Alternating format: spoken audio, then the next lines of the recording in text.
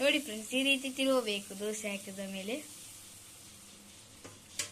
ಇದಾಕದ ಮೇಲೆ 1 ಸ್ಪೂನಿನಷ್ಟು ಖಾರ ಪುಡಿ, ಅಥವಾ ನಿಮ್ಮ ಮನೆಯಲ್ಲಿ ಕಡಲೆ ಪುಡಿ ಇದ್ರೆ ಕಡಲೆ ಪುಡಿ ಹಾಕ್ರಿ.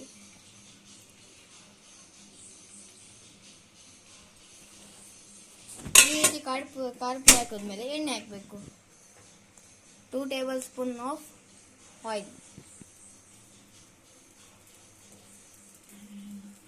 ಈ ರೀತಿ ಸವರಬೇಕು. ಇದಾದ ಮೇಲೆ ನಾವೇನು 200 ಪಾಯಿಂಟ್ ಇಕ್ಕಿರ್ತೀವಲ್ಲ ಸ್ಪೀಡು, ಅದನ್ನ 100 ಪಾಯಿಂಟಿಗೆ ಇಳಿಸಬೇಕು. ಈ ರೀತಿ ಎಣ್ಣೆ ಹಚ್ಚಿ ಸವರಬೇಕು. ಈ ರೀತಿ ಒಂದು 10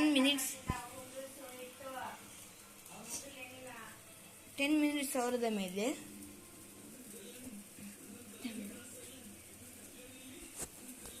ಈ ರೀತಿ ಮಾಡಬೇಕು.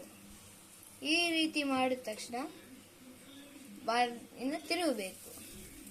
ನೋಡಿ ಫ್ರೆಂಡ್ಸ್, ಈ ರೀತಿ ಹೇಗೆ ರೆಡ್ ಬಂದಿದೆಯಲ್ಲ ಹಾಗೆ ಫ್ರಂಟ್ ಊಟ ಬರಬೇಕು. ಮನೆಯಲ್ಲಿ ಒಂದ್ಸತಿ ಟ್ರೈ ಮಾಡಿ, ನಿಮ್ಮ ಮಕ್ಕಳಿಗೂ ತುಂಬಾ ಇಷ್ಟವಾಗುತ್ತದೆ.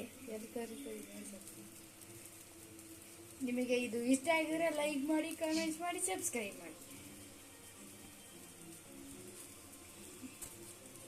ಈ ರೀತಿ ಬೆಂದ ಮೇಲೆ ಏನು 100 ಪಾಯಿಂಟಿಗೆ ಇಟ್ಟಿದ್ದೇವೆ ಅದನ್ನ 2.5ಗೆ ಮಾಡಿಬಿಡ್ಬೇಕು.